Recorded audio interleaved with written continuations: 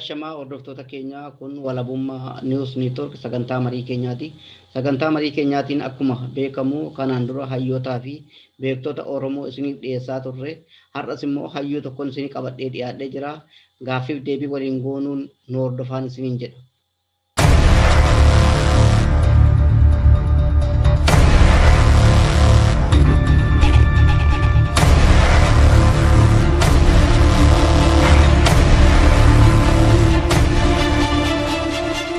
Dr Elfinaa Hundeessaa bariisoo sagantaa marii keenyaa walabummaa News Network irratti gaaffiif deebii nu gochuudhaaf baga nagaan dhuftan.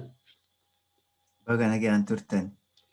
Ayyee Dr Elfinaa haala biyya Itoophiyaa amma jedhamee beekamu kana keessatti haalli deemaa jiruu fi uummata Oromootiin wal qabatee maal fakkaatame akkamitti ilaaltu?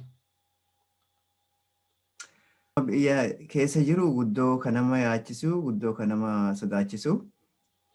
Akkuma beekamu waggoota hedduu fi Oromiyaa keessatti lola guddaa deemaa ture jira. Lolli suni hin cabaa hin hafaa jennee guddoo gammannee ture.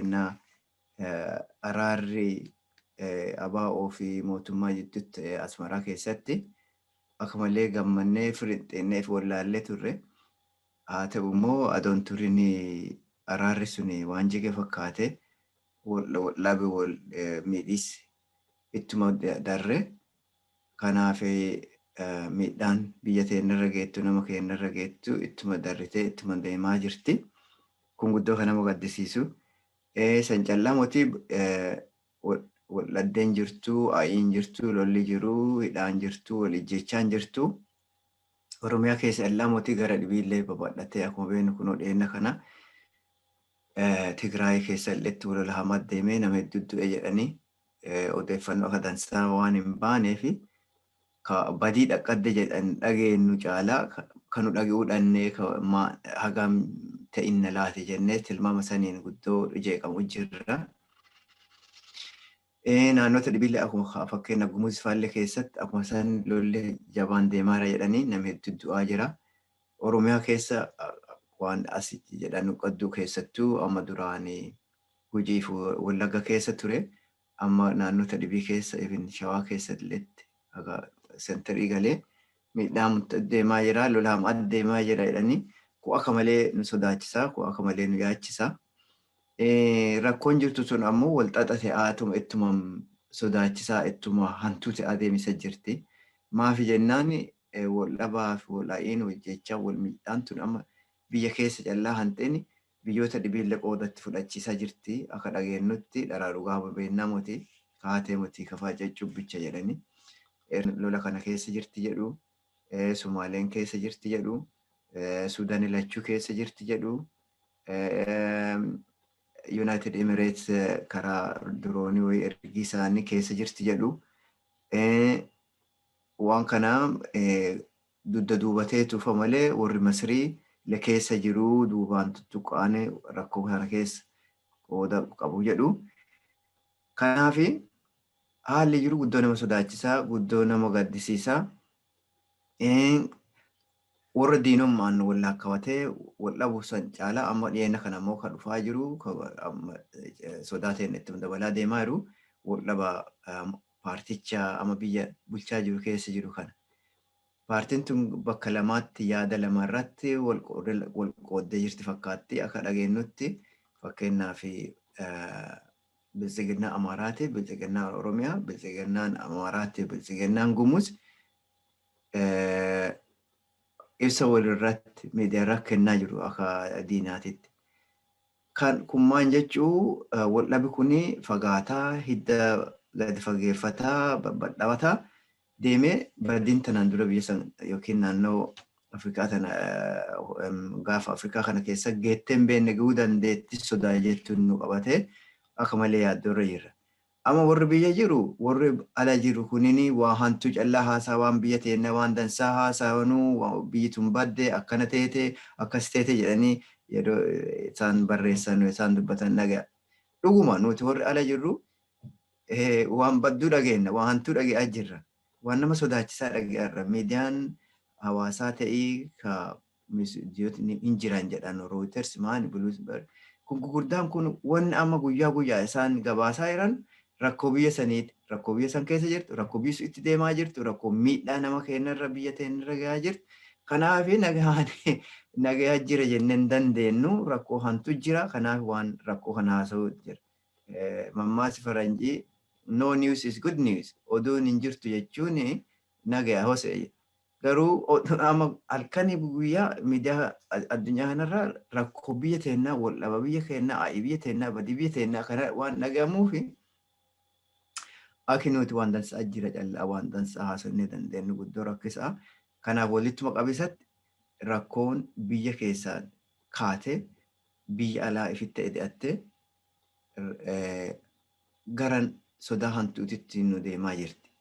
So kana qaqannu garuu yoo gara biraatiin ilaalle wanni dhibbiin kasi rakkisu oduu achi baatu hawal dhootu. Mootummaan nagaa jira, waan guma jira, TPLF injifannee nageenni bu'ee akkana ta'ee amma gara nagaa deemisaa jirra, amma biyya guddisuu jirra jedhe. Gara biraatti ammoo lolli haganaa akkana ta'e warri malee injifannee ayiisa jira. Oromiyaa keessa nama ganaa du'e, Gumuz keessa nama ganaa du'e, Suudaan lafa ganaa qabattee waa akkanaa kana dhageenya. Kana kun nagaa jira, biyyi sun guddina deemisa jirti, rakkoon hin jirtu jennee waa akkasiis guddoo nama rakkisa. Tole, guddaa galatoomaa Dr. Elfinaa. Akkuma amma isin jettan kana biyyi kuni gara nagaatti deemaa hin jirtu, burjaajii hedduutu keessatti uumamaa jira. Ollaarraas itti ka'ee gara sigarnaa itti ka'ee biyyattiin burjaajii guddaa keessa jirti jettaniitu. Haa ta'uuti mootummaan kun paartilee siyaasaa yeroo qabsoorra turan akka jijjiiramaatti yeroo seenetti dhaqee mallatteessee waliin mallatteesseetu adda bilisummaa Oromoo seenee jira. Adda bilisummaa Oromoo yeroo seenu kanatti karaa nagaatiin akka inni qabsaa'udha. Garuu amma yeroo inni dhufee biyya keessa seenee jirutti hoggana isaa hidhuudhaan waajjira isaa cufuudhaan darara guddaa irraan gahaa jiru. Itti dabaluudhaan haala kan utuu godhaa jiru jeequmsi amma biyya kana keessatti uumame immoo haala jabinaan waan deemaa jiru filmaatan keessa geggeessa jedhee jira.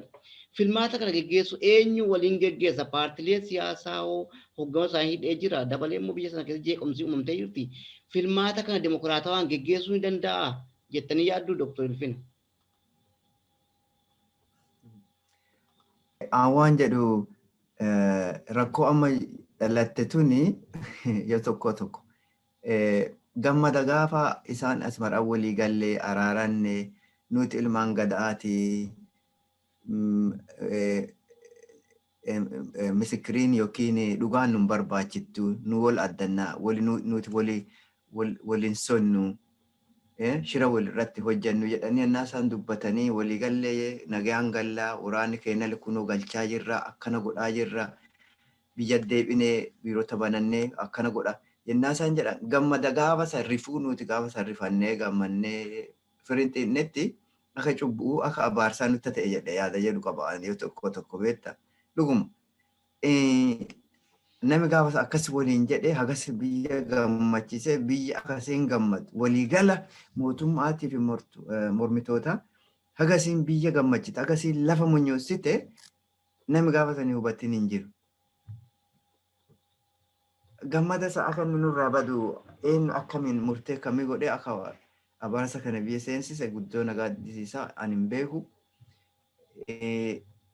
Jarri gumaa walirratti nu akkana walii gallee akkana walii jennee akkana waliin jennee akkana nurraa diiganii akkana nu jedhanii wal mormuu jiranii walirratti akka kuun shira kaanirra hojjateetti himaa jiranii nu biraan turre gaafasa. Rakkoon dhibiin jirtu gaafasa adoo namni bira jiraate wanni walii isaa irra galan ifa teete beekantu teete beekta mootummaa akkana jettanii gaafasan waadaa galtanii si amma maaf jijjiirtanii abaawoo isin kana gaafasa akkasii jettanii turtanii kana ma jijjiirtanii jettu. Amma san jechaa fi namni qaamni sadaffaan turre jarri lamaaniin nuti ilmaan gadaati jedhanii waliin mari'atanii waliin murteessan. Waa'ee murteessan nuti hin beennu eenyu akka cabsiisaa jiru hin beennu. Ankaraa kiyyaan hin beennu. Haala akkasiisaniin namuu yennaa dhiyeeffatu kunoo nuti akkana goone isaan ta'e kana cabsee nu mootii isaan ta'e akkana kan waliin jenne akkana cabsee jedhaa jiru. Amma karuma gumaafuu eenyullee casse amma filannoo itti deemnu tuni silaa addii dhibi. Karaarraa waliigaltee ammasafaaraa kan ta'ane filannoon tuni rakkoo jirtuu hin goonsitii, hin hiittii, hin fooyyessitii jennee kan silaa addiirra keeyannu ture. Amma garuu haala jiruuni ankaraa kiyyaan xiqqoon rakkitti akkamiini egaa warri mormitootaa mana hidhaa jiraate keessattuu warri ila ta'an warri mootummaa kanaan hin doggomanii warri mootummaa kanaan oppositionii dhugaa jedhanii laakkawan yoo bakka hidhaa isaan jiranutti mootummaan akkuma duraanii kaan yoo ifiin doggome malee eenyuun doggoma fakkeessaa ta'eetii moti dimokiraasiin dhugaa akkamiin dhufuu danda'a haqqi dhugaa akkamiin dhufuu danda'a. Kanaaf anatta deeggarsa akka amma jiru kanaani filannootti deemanii nageen bu'aa dimokiraasiin dhufa haqi mul'ata jedhisi na rakkisa afaan guutadhe jedhee hin danda'u. Maafi rakkootun akkasii hiikantuun akkaan yaadutti warri biyya sanii jijjiirama fiduu dandeenya. Biyya sanaaf waan goomittaa, waan jireenyaa, waan guddinaa finnee dandeenya jedhanguma bayanii falmatanii karaa nagaatiin jechuu kiyya. Wal dorgomanii poolisii fi dhiyeessanii yaada fi biyyaa dhiyeessanii biyyi keessa kana fedhaa an kanan fedhu yaada warra kanaatitti na gammachiisa yaada warra kanaatitti boruu na dansa'a jedhee abbaa fedhe biyyi keessaa filatuu danda'u qaba. Amma haalli jiru yookiin hidhamaa kun dhaanamaa kun ijjeefamaa kun biyya baafamaa filannoo deemsine jedhanii filannoota duraan darran marsa shanaffaa moo jahaffaati miti isaanirraa garagara natti hin fakkaatu akkamiin ta'uu danda'a. Durillee kanuma miti namni hidhamee namni kumootaan dhibbootaan mana hidhaa ta'e namni silaa jedhe. Kanaaf anatta wanni ta'uu mala amma warri hidhame siyaasaaf hidhame siyaasaan hidhaman. Kanaaf rakkoo isaa hidhaa keessa keeyanii filannoo kana deemsisuurra isaa hidhaa hayaasaniiti filannoo kana deemsisuu irra bu'aa goomu qaban natti fakkaata. Isi warri kun maafi sodaatame, isi warri kun maafi jibbatama.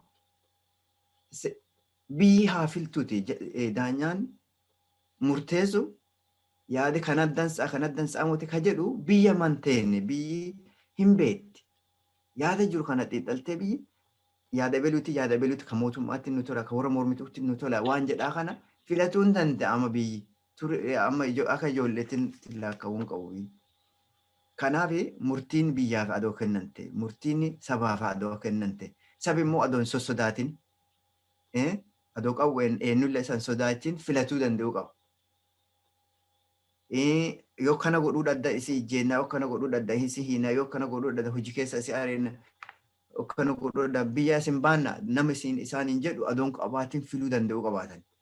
Kana immoo mootummaa callaa moti warri mormitoo isaallee rakkoo akkasii akka hin jiraanne godhiisaaf tattaafatuu qabuu qaban. Biyya tana keessa amma paartii garagaraati jira. Biyyaan keessa illee ta'an. Paartiin tuni adda leebarii injifata bara dhufu konservatiin injifata akkasii santi jira. Gara biraatiin ammoo paartolee naashinaalisti yookiin sabboontota ta'ee jira. Fakkeenyaaf weels naannoon jedhanu paartii fi qaddi weels naashinaal paartii qaddi iskootilaand akkasanii iskootish naashinaal paartii warra jedhanu qaba jiran. Warri kunin naannoo ofiisanii akka siyaasa if bulchanii danda'anu kan akka fedhan. Warri weels ifun bulchuu fedhan UK keessa adoon baane if bulchiisa naannoo ofiisanii ifi filamanii ifi akka bulchan fedhan. Warri iskootilaandii ammoo Scottish National Party fottoquu barbaaddi. Okay. Yaada kana yaada fottoqaa qaddanii yaada fi bulchiisaa qaddanii kanaaf isi hijjeessuu qannaa isi hidhuu qannaa biyya isin baasuu qannaa rasaasa isin dhukaasuu qannaa hin jirtu. Haga sanu hin fottonna warra jedhee ifaan duuluu jechuudha. Maan godharre wanni godhanu paartiin yaada fi dhiyeessiti. Tokko isaaniitiin baanii akkana wayyaa Iskootilaandii UK keessaa yoo baate wayyaa amma fakkeenyaaf amma referendamii jennaan lama sadi kennameera arfaffaa moo sadaffaaf amma deemaa jiran. Maan jedhanii kanaan dura akkana haalli jiru jijjiiramee jira. Iskootilaand UK keessa akkana teene Awurooppaa keessa jiraannee waan teene asii waliin jiraannaa fi fedhaa ture biyyi. Amma garuu UK'n EU keessa waan baatee fi warri Iskootilaand EU keessa ba'u waan hin feenee fi riferendamiin biraa nuu qabamuu qabaa jedhaniiran. Dhoggaa hin jirtu. Kana jetti akkamii waa akkana yaaddani waan UK jissaa, waan UK bittanneessaa, waan alaabaa keenya gargaaru maanii godha. Yaada kana qabaattan isin hina, isin ijjeena, isin bassina, isin sarbina hin jedhanu. Mirga isaaniiti. Kun amma qabanii yoo namni hedduun irra caalu Iskootilaand mataa fi dandeetti biyya fi dandeetti teessee bahuu qaddoo jedhanii gaafa tokkochaan nagaa jedhanii wal mallatteessanii gargari yaa'ani. Kun biyya tana callaamuti. Cheekoslovaakiyaan akkasi turte. Cheekii fi Slovaakiyaan biyya tokko turan. Rasaasi tokko hin dhukaane. Lakkii nuti gargarii baanu nu wayyaa jedhanii akkasiin gargar ba'ani. Kennallee amma paartii gargar bahuu qabna jettuun an dhaga'u ennaa hedduu. Amma wanni nuti dhaga'een irra boollee bocaa jira warra lolaa jiran. Federaalizimii immoo yuunitarii ta'inee Itoophiyaa federaalizimii waan federaalmaanii sabboona maanii waan jedhan kana kan ridde isi kam walii kanarratti natti fakkaata amma na hedduu dhaga'een. Kun mara koo ta'ani biyyuma dhiyeessinee adoo xiyyitii namattan tokkoon adoo nama ijjeen adoo taankiin hin guban adoo makeenuma robbulaa buunne adoo waliin hin jenne man dhiyaan yoo wanni achiin nama gahaa hin jirre ta'e jaarsummaa madina jaarsummaanii dubbii tana adoo hinne maan rakkoo isii. Wal awuun wal ijjeessuun karraba guddoo balleessuun lafarraa nama wal buqqisuun miliyoona ta'an namni laaqa'u. Buqqa'ummaan gatii isaa. Beekumsaa fi jabuun tun tame. Nami tolaan nagayaan adoo biyya hiyyeetti san caalaatti karrisii hin gubatin nami isiin dhumatin nagaya adoo buusanii danda'aniiti mati ka irra nami tokko jajamuu danda'u. Paartiin ka bulchullee ta'e ka mul'oo ta'e mirga namaa adoo hin sarbin biyya san adoo isiin hiyyuu duruu keessa jirtu san caalaatti adoo isiin qilleenseeni adoo biyyi sun nagayaan karaa dimokiraasiitiin karaa haqaatiin rakkoon jirtu hiikan ta'e maan rakkoon. Kanaafi walitti qabee gaaffii ta'etti filannoo wal laaltu haa dubbatte na gaafattee fi haalli amma jiru filannoo haqaa, filannoo dhugaa, filannoo nagaa fiddu, filannoo dimokiraasii fiddu fidee danda'a jedhee hin danda'u ani yaada kiyyatti. Haala warra waraansaa namni hedduu hidhaa jiru, namni hedduu hidhamaa jiru, namni hedduun du'aa jirutti wal dhabii fi olaayina hedduun jirtutti rakkisa. San gubbaanu yennaa paartii amma jirtu tun yoo oduu dhageenyu tun dhugaa ta'ee wal dhabii bilchiginnaa Amaaraatii fi Oromoo, bilchiginnaa Oromootii fi Gumuziitiif ta'a Amaaraa akka jedhan kana walirratti isa baattee wal gagaarrifattu ta'e rakkoo jiraata. Siyaasaan filannoon haala kanaan deemtu gaaffii qabaatti, rakkoo qabaatti, rakkoon hiittu, rakkoo nutti dabaltifate hafa malee. Kanaafi haalli kun jijjiiramuu qabaa jedha adoo qara filannoon kun hin deemne. Warri paartiilee warri kunoo isa baasaa jiru miti akka faa'oonfaa haala amma jiru kanaan yoo deemne namni keenya hidhaa yoo nu hin bayini filannoon dhugaa danseensisuun nu rakkisaa jedhaa jiru. Warri hafillee akkuma san akkanaa kana gungumanii haasawaa jiru. Kanaafi haalli kun jijjiiramuu qabaa. An wanni kun waaqa kadhadhee mootummaaf warra mormitoota biyya san keessa jiran nutti ijadhu waaqa sodaadhaa. Karaan kanaan dura nu baasuu dide ammallee itti deddeebineef humna caalaa dabalanneef hin baasu. Kanaafi karaa haaraa, karaa nagaa, karaa araaraa, karaa dhugaa, karaa wal gudaabuu fi cubbuu hojjetiisaa irraa dhiqqoo haa irraa deebi'anii mee karaa dhibiin haa wadhaanu karaa nagaatiin akka beekaman lolaaf haa'ii tanaan waggoota hedduu beekamteerti biyyi suni naannoon suni mee gara dhibii amma xiqqoo karaa haaraan adoo wadhaantanii nu baasinnaa jedhee cubboo jedhaan badhisee dheeressellee. Tole gaariidha. Mee asuma keessaa utuu hin bahin gaaffii ittaanu tokko isin gaafadha. Akka haala ammas dubbattanitti biyya sana keessatti nagaan akka hin jirree fi yookaan immoo wal dhabiinsi hamaan akka jirutti kan ibsitanii. Haa ta'uuti amma biyya sana keessatti akkuma ammas hin jettanii namni hidhamee seeraan qabamee hidhamee mana murtiitti dhiyaatee manni murtii yeroo inni bilisa gadhiisu poolisiin Oromiyaa yookaan immoo poolisiin federaalaa qabatee hidha akka seeraatti inni immoo hidha jechuudha. Biyya sana kan bulchu mootummaa tokkodha. Yeroo seerri asiin inni kun gadhiisu inni kun maaliifidha? Akka hayyuu tokkootti akkamitti ilaaltu isin fakkeenyaaf hoogganoota adda bilisummaa Oromoo fi hoogganoonni kaafaa gurguddoon hidhamanii jiru. Keessaa hoogganoota adda bilisummaa Oromoo bilisaan gadhiiseera manni murtii jechuudha. Manni murtii yeroo inni gadhiisu immoo poolisiin immoo lakkii hin hidhee qabee hidhee jira. Itti dabaluudhaan uummanni keenya immoo bakka hundatti du'aa jira. Jumlaan hidhamaa jira. Maaliif ta'uu danda'a? Akka hayyuu tokkootti akkamitti hubattu isin kana? Seera lamatu jira biyya sana keessa. Kana ginna hedduu dhageenya warri abukaatota hidhamtootaa kuni VOA fa'aan BBC fa'aan yennaa hedduu akkanaa kana yennaa isaan jedhan dhageenya.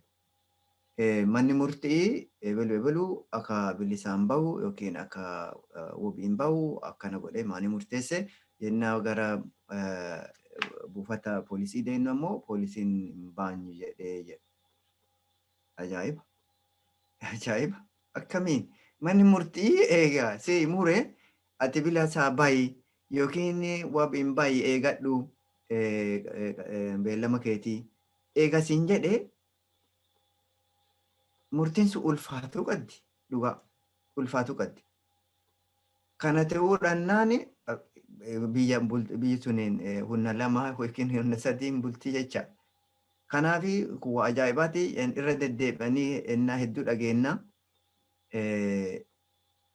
waan manni murtii murteesse poolisiin fudhattee hojiirra oolchiti malee biyya poolisiin waan mana murtii didattuu hin dhageenye. Yoo kana ta'e immoo olaantummaa seeraa hojiirra oolchinaa jechaan mootummaa gaaffii keessa galtii miti. Qaamni mootummaa kan hojii seera ulfeessu malee tokko poolisii. Yoo poolisiinuu garagalee waan manni murtii murteesse hojiirra oolchuu didatu ta'e seerri akkamiin olaaltummaan seeraa akkami? Seerri cabee miti. Hundumaa silaa seera akkasiin akka hin canne eeguu jedhaniini. Kanaafi ta'uu maluu jijjiiramuu qabaa. Kun kama duraaniiti hojii duraaniiti. Hojii duraanii san lakkinneerra jedhee mootummaan eegalasse waan jedhe san waan gurri dhaga'e garaan eegata. Kanaafi waadaa nu galame san waadaa biyya haqaan bulchinaa nagaan bulchinaa nama dhaannu nama hiinu nama ijjeennu. Jedhame sanii biyyi eegatti. Yoo saniin ta'ini bulchiis cabeeraa bulchiis akka seerri cabeeraa akka duriitti deebineerraa jecha. Kana namni fedhu hin jiru. Ka duraanii sun badaa jennee namni duuchiin jibbinee abaarree bira darreneera. Kanaafi hojiin warra sanii amma illee deebitee biyya keessa ta'uun isii guddoo nama gaddisiifti. Kun dafee jijjiiramuu qaba. Waa akkanaa kana yennaa inni haxaawamee qulqullaa'ee jedhe garaan namaa, garaan sabaa, garaan mootummaa, garaan paartiloota mormitootaa walitti qulqullaa'ee haqaan dirree walqixxee irratti doggomanii karaa nagaatiin injifatannee jedhanii harka walii fuudhanii nagaan waggaa 5 dhuftu eegatanii ammallee wal doggomu. Amma rakkoon jirtu anatta yoo amma asii taajabu. Yookiin hunda dhagganna yookiin hunda dhaanna siyaasa akkasiisanti deemaa jira sodaa akkasiisanti deema fakkaata. Maaf akkasiti anni itti keeyata kana farratti power sharing wal qoodamanii beeki bulchuun hin danda'ama biyyi kun badhoo yaada gara qaraa qaba sabii kanaaf wal qoodamanii bulchuu hin danda'ama. Biyya tanatti amma aanaa tokko Labour Party bulcha, aanaatti aanu Conservative bulcha, kaatti aanu Live Democratic bulcha. Biyyi sun takkuma. Paartiitti immoo naannoo bulcha. Ka hojiirra ooluu heerri biyyaa tokkochuma. Paartiin tu asitti kana bulchi ta'ee fi seera biyyaa hin jijjiirtu hin cassitu. Garuu poolisii heera san ittiin hiikaa godhanii lafa sanirra bulchanu naannoo tiyya an waan keetirra goonsuun Heerri tokkuma ta'e an waan keetirra midhaasuun qaba. An keetirra waan fooyyessuun qaba.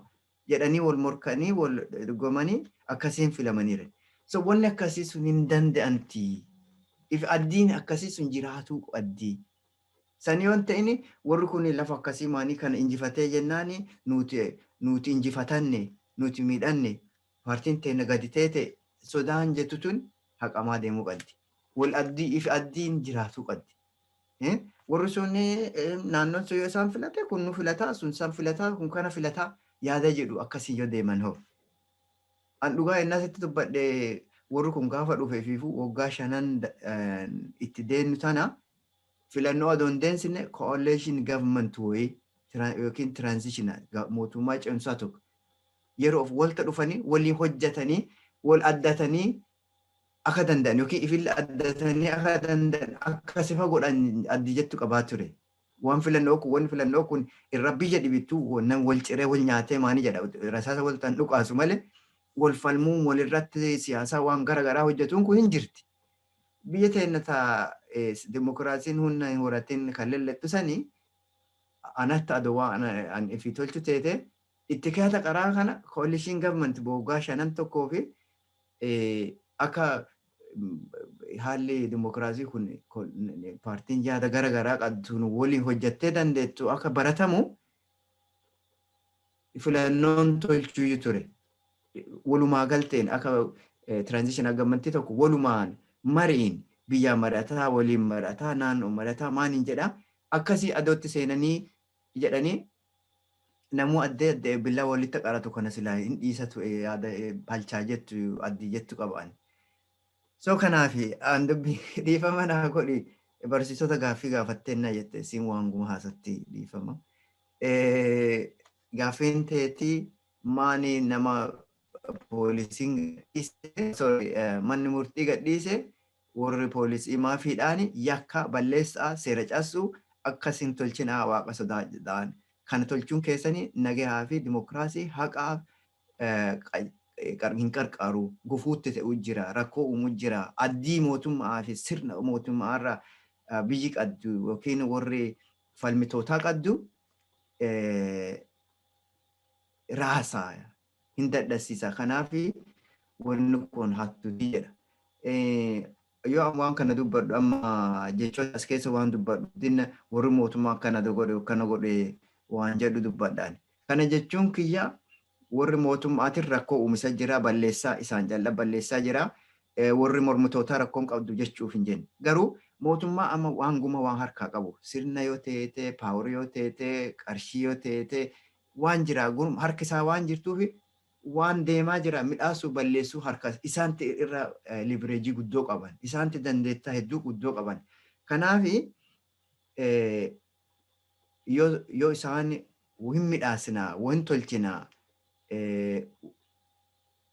siyaasa amma walirraa wal gudaabuu kun walirraa waa hin ta'e farrajuu kun hin hafaa yoo jedhani isaan lakkosa tokko waan kanaan buruu dandeettaa qabaatiin naan kapaasitii isaan qabanuuf jechaaf jedhe.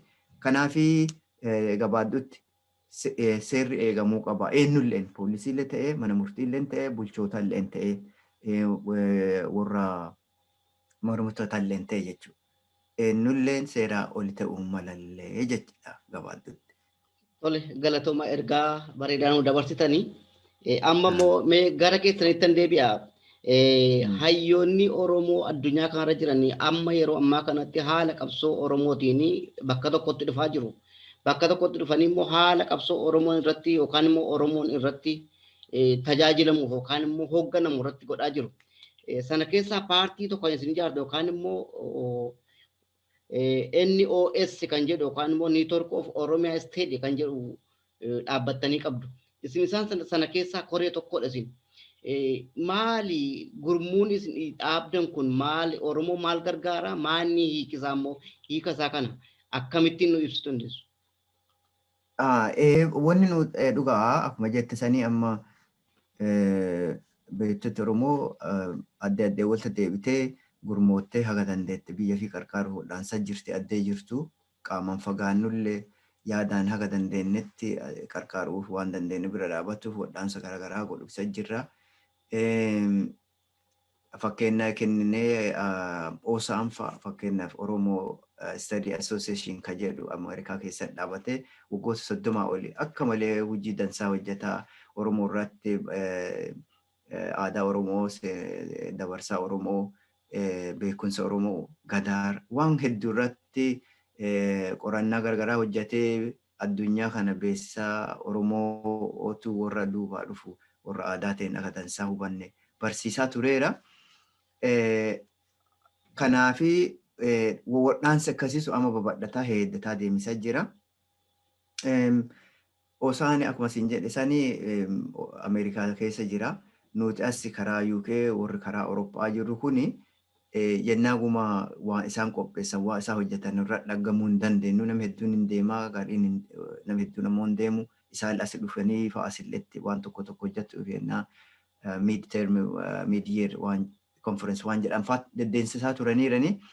Haateetu nuti sabi keenya badhaa biyyi teenyallee badhoo addunyaa kanarraallee olii gadi facaanee nama hedduu ala kana jira.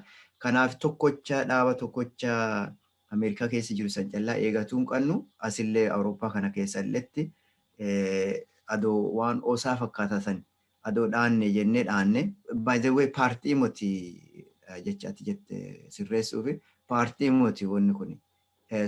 Tururoo jenneen neetworkii gurmuu walitti deebitee karaa saayinsiitiin waan barnoota ta'e waan aadaa ta'e waan Oromiyaa laallataa yookiin waan naannoo gaafa Afrikaa keessa jiraate Oromiyaan wal qabataa waan Oromoo wal qabataa gumarratti xiinxala garaagaraa waan saayintifik ta'e akademik ta'e tokko hojjenne biyya beeksisuu addunyaa beeksisuu wal barsiisnee wal barsiisuu hojii kana hojjetiisaaf wal waan siyaasaa yookiin aktiivizim rogoomaan waa hojjetamaati miti karaa saayinsiitiin karaa akademik ta'een hojjenna.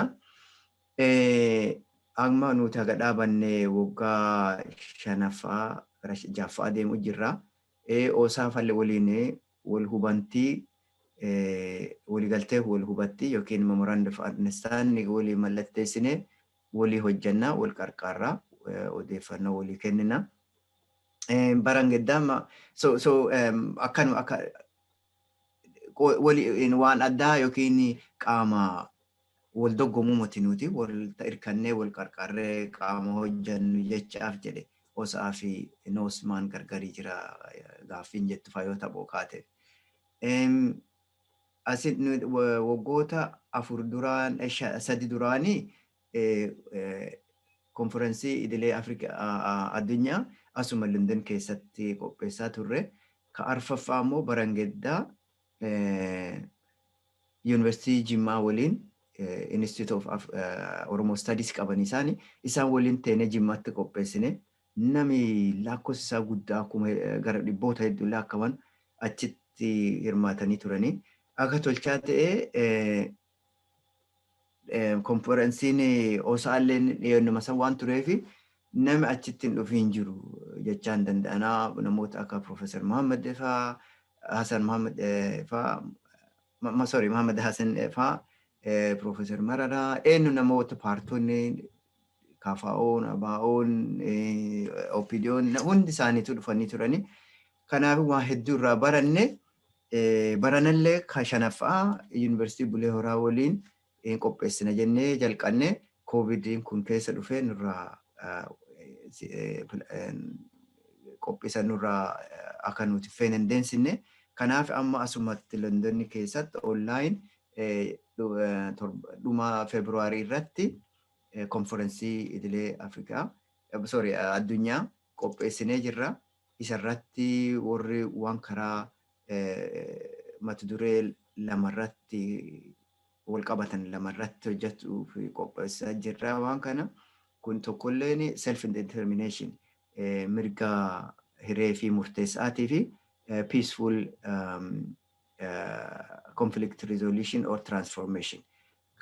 Waldhaba karaa nagaatiin hiikiisa yaada jedhu kanarratti konferensicha kana qopheessineerra. Kanaaf namooti waan kanarratti qo'atan karaa saayinsiitiin karaa aktiivizimiitiin muti. Aktiivizimii mataa fi qabaa, karaa fi qabaa, aadaa fi qabaa, sadarkaa fi qaba. Kun academic, scientific, empirical waan ta'e namni saayinsii karaa saayinsiitiin waan kanarratti barreessee jiru, waa qo'atee jiru qooda akka inni nuuf fudhatu yaamicha guddaa goona. Carraa kanatti atillee nuuf waan kennitee guddoo galatoomi. So kana wanni jira. Waan osaan wal fakkaataa waan akademik ta'e NOS yookiin Network of Oromo Studies dhaannee jirra. Konferensii waggaa waggaa qopheessina. Kabara kana dhuma Februaarii gubbaatti qophaa'ee jira. Kanaafi abstiraaktii wayii katabbii wayii nu erguun nu qunnamanii akka konferensichi kuni kanaan dura ture dansaa akka dansaan nu deemu akka nu qarqaaranu yaamicha akka malee jabeessinee yaa'an. Galatoma mee utuu achi keessumaan bahini inni wasin kun egaa dhaabbatee amata 5 qabatee jira jettaniitu amata arfan achi dura kan jiru biyyuma alaatti kan geggeessaa turtanii amata waggaa darbe kana dhaxxanii biyya Oromiyaa keessatti yuunivarsiitii Jimmaa wajjin walii galtanii kan qopheessitan. Yeroo qopheessan sana haala barreen gaddaa sanarraa fi haala duraan geggeessaa turtanirraa maal argattan? Ummati Oromoo simannaa akkamii isinii godhe? Ammatti immoo egaa alatti qopheessan kana simannaa akkamii gochuuf ta'ame gabaabsaati?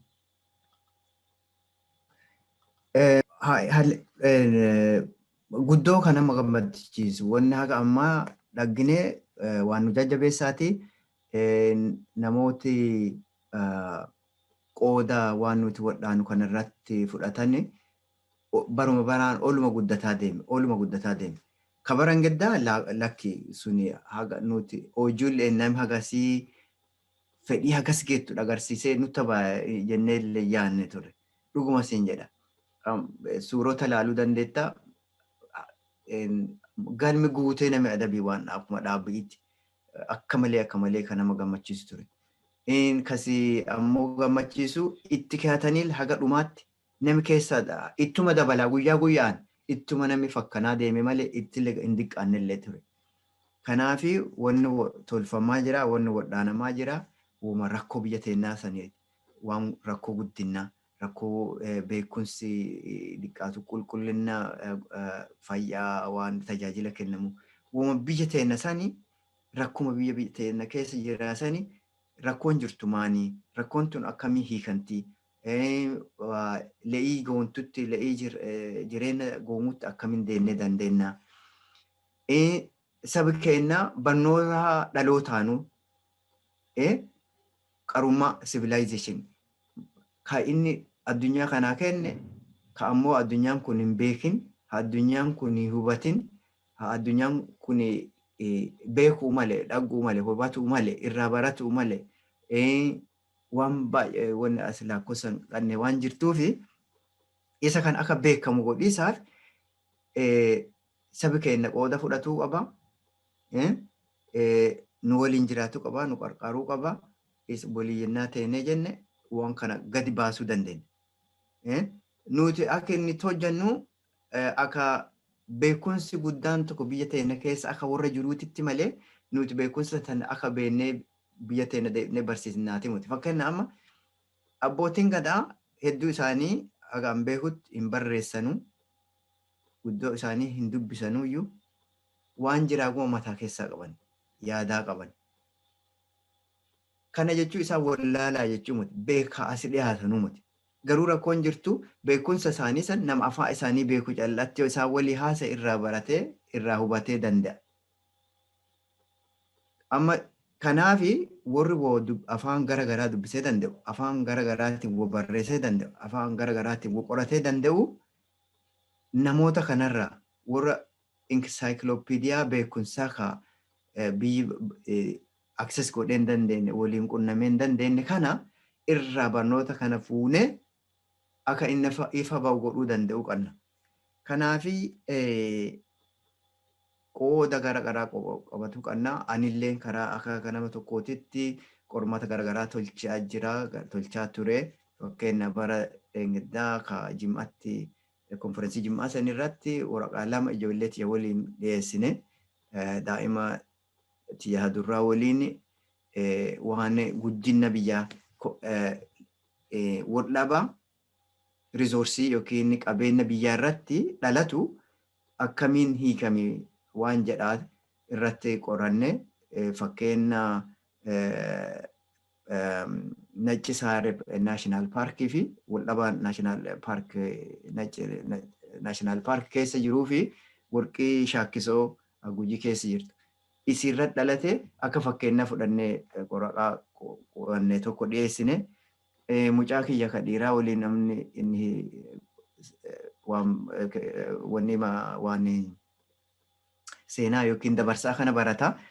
Isa waliin ammoo waan poolisii afaanii waldhaba yookiin rakkoo yookiin wal falmaa poolisii afaanirra jirtu laanguweej poolisii kanarra waa kanarra dhiyeessine. Kungumaa ijoollee duubaa dhuttu sanallee akkasiin jajjabaattee aadaa fi beettee biyya fi beettee akkasiin biyya sanaa guddina biyya sanaatiif qarqaarsa akkasiin gootu jajjabeessaaf waa kana fa'aa wadhaanu jirra. Kanaaf namooti biyya alaa jirtan ijoollee teessan asi dhalatte yookiin asi guddataa jirtu fa'aa waan biyya fi akkasiin barattu akkasiin rakkoo biyya fi tana hubattee qooda keessa fudhattee dandeettu waa akkanaa noosafa waliin osaafa waliin hojjatuuni karaan tokko. Kanaafi dubbii teetti walitti qabee deebisuu fi wanni haga ammaarra hojjanne mata duree garagaraati, waan guddinaati, waan fayyaati, waan seenaati, waan qarummaa yookiin civilization ni garagaraati. Waan kanarratti bu'aa haga ammaa dhaggame guddoo nama gammachiisa. Kanaafi wanni jajjabaanne adoo mindaan tokko nuun kaffalamin, adoo qarqaarsi biraa addaa tokko nuun kennamin, saatii mateennaan, yeruma teennaan, hunduma teennaan, qabeenuma keennaan waan kana waggaa 5 darran kanaaf wadhaanaa jirru. Osaan ammoo nu caalaa ka waggaa 30 ol ka wadhaanaa jiruu fi fedhuma biyya teenya irraa qabnuuf halchuma biyya teenya waan dansa'an halchinuuf waan ta'eef akkasii hubatamee nu biraa dhaabatanii biyya keessallee biyya alaallee qooda fudhatanii yaamicha jedhu dabarsuu fedha. Galatooma Dr Elfinaa guddaa yaada bal'aa nu kennitanii baay'ee itti gammadee. Egaa yeroon keessan akka gabaabaa ta'e natti hubachiiftaniittu yeroo keessan dabarsuun barbaadu. Kanaaf sagantaan gaaffii ani qabu kanuma irratti dhaabaa. Mee dhaamsa yoo qabaattan yookaan immoo ergaa yoo qabaattanii uummata Oromootiifis warra Oosaatiifis warra waliin hojjetaa jirtanii dhaamsa yoo qabaattan daqiiqaa tokko isiniif kenna. Galatoomii guddoo galatoomii allee carraa kana argachuun kiyya guddoo na gammachiisa. Miidiyaarra bahii sarara guddoo dheedhee tureera. Maaf jennaan yoo ati waan tokko dubbattee oo inni mootummaa deeggaraa oo inni maanii deeggaraa waan jedhan dafanii sitti maxxansanii kanan feene ani walitti maxxansuuni walitti ifitta maxxansuuni nagayaaf qarqaarsa mataa walitti wal fidanii warra wal mormu walitti araarsanii karaa nagayaatti wahii kanuu irratti gufuu ta'uu waan danda'u. Kanaafi haga dandeetti ani waan natti fakkaate wama dhugaa jedhee akka nama waan nagayaa qo'atutti akka nama waan nagayaa karaa nagayaatiin rakkoo jirtu hiikanu barateetti dubbisuutti katabuutti akkasitti dubbataa jira. Akka qeesiitti akka qaalluutti akka aktiivitiitti mootii kan dubbataa jiru. Kanaafi akka saniin na hubataniiti warri mootummaallee yaa waaqa sodaadhaa yaa rabbi sodaadhaa yaada guyyaa asmaraa kaanti nu deebi'aa karaa nagayaatti nu deebi'aa karaa billaa walitti qaratiisaa rasaasa walitti dhukaasiisaa walii dhiisaa walii ijjechaa kun nurraa haa dhaabatuutii jedha. Kana iyyannoon gara mootummaa dabarfadhu. Biyyalleen immoo warra mormitootallee kanuma jedha. Harka tokkochee hin dhawu harka lamaantu wal bira jiraatee wal dhawu. Kanaafi warri mormitootallee dhuguma karaa haqaatti deebi'aa karaa haqaatti karaa nagaa karaa dhugaatiin karaa cubbuu karaa wal gudaa bisaarraa deebi'aa mootummaa kana waliin jaalatanillee dhabaanni amma angoo warri harkaa qabu kana waliin hojjetameeti namuu gara fedhu santi deemuu danda'uu qabaata. Kanarraa kanammoo rakkoon tunini akkasiin deemuu qabduun karaa araaraatiin karaa seera eegisaatiin namuu amma karaa dhagginu wal himati kun adoo hafee danda'e Facebook irratti propaganda jabaa walirra hojjetis kun adoo cabe. Akkasiin namuu ukkaamame mootummaan ukkaamame warri doggomullee ukkaamame nagee bu'ee san danda'u. Dhugumaan namuu bilisaan gabbayee yaada fi qabu biyya dhiyeesse biyyi filate biyyi kanan naa wayya jedhee keessa luqqisee ka fedhu yaada fedhu fudhatee yoo hin ta'in nageenni bu'ee hin danda'u. Nageenni yoo hin jiraate ammoo guddinni hin jiraatu. Kana hin beekne. Kanaaf amma walirratti wal gararuun amma waa hagasii gubee waa haganaa gubeen kun biyya sanii gaduma. Biyya duruu hiyyeetti caalaatti hiyyuun tun ittiin oo'aa miidhamaa deemaa jira. Akka waan jeequmsi siyaasaa nu hanqatini kunoo maan inni wanniin lookestiin kun dhufee ammoo biyya balleessu jira. Karra balleessu jira. Kana duuchii wanni ifi baraarree dandeenyeen yoo yaadi namaa karaa le'ii karaa biyya guddisuudhaatti deebi'e.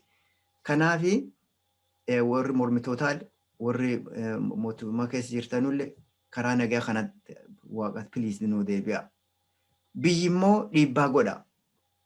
Dhiibbaa godha. Isiniin warra mootummaalleen kana isinirra hafee warra mormitootaalleen kun isinirra hafee kana nurraa dhaabaa kana nu godha jedhaani karaa sanatti dhiibbaan adoo deemtee tolfantee karaa nagaatiin ta'e wayya. San malee warra kana injifanneerra sandee injifatuu deemna kanallee akkana goona kun nu baasanatti hin fakkaatu. Karuma duraan deenne karaa waggaa hedduuf deenne baasuu didee biyya isa hiyyeetti godhee naannoo san jeequmsatti fide. Jeequmsi kun ammoo kabaranaa kunini yoo akka mootummaa amma waan guma injifadheeraa wanni guma nagaa buute kanaan jedhe kanaan jiraatte akkuma dubbiin tun dhugaa ta'e akka isaan hin deemtu raajii dhalatee jira. Yoo ammoo akka waan garaagaraa dhageenyu wal gaarrifata garaagaraa dhageenyu biyya naannoo san jirtu dhiisii fagooyyuu waan kana karaa hin tolleen qoodatti fudhataa fi yaada jira yookiin milkataa jira jedhan kanaa yoo deeman rakkoo guddoo nama gaddisiistu guddoo nama sodaachitu dhalataa jira. Kana wanni hamburaa jabu jechuun jabu wal'aa'isaa kan ta'in jabu karaan nagaa nu baasuu danda'a jedhisaati. Karaa haaraa ta'een karaa innoveetiif ta'een jijjiirre akka wanni goontu le'iin goontu jireenya goomu siyaasaan goomu dimokiraasiin goomu haqi goomu biyya san keessa dhalatee danda'uun godhiisa. Kanaafi dirqami nama gumaarra jira jedha. Nuti biyya alaa teennee yennaa woo dubbannu kun akkana godhamee biyya kana akkana godhamaa jira kan isi biyya teenne maaf akkana teennennaa jedhame tokko aaruu gadduu waan biyya san keessa jira hubatuu akka dhabiisaatti itti nama laalchitti garuu dhuguma namni fagoo oduu balalleetti itti dhuttu nuti odeeffannoon nuti qabannu geettee ta'uu dhabuu dandeetti. Waldhaawwattuullee ta'uu dandeetti.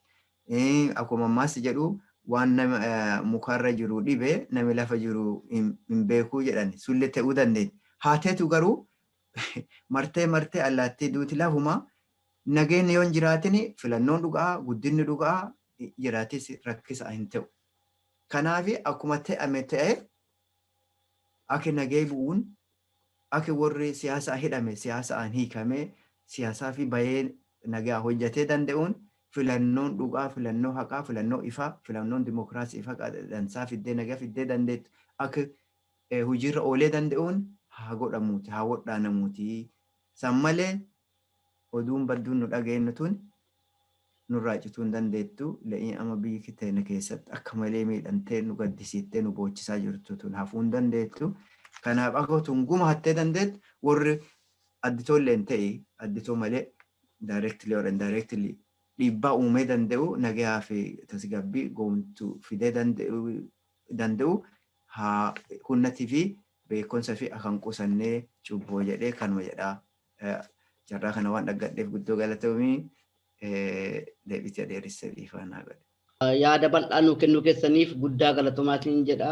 Yeroo keessanii gaasni isin jalaa gubuun barbaadu yoo haalli biraa jiraate immoo haalli jijjiiramaa jiraate immoo gara fuulduraatti bal'inaan akka waltuun abdii qabaa galatoomaan jedha. Galatoon mulfaadhu wayyaamatti illee. Ayyee hordoftoota keenyaa kun walabummaa News Network sagantaa marii keenyaati. Sagantaa marii keenyaa irraa kanumaan goolabna fayyaa ta'a. Finfinnee News Network.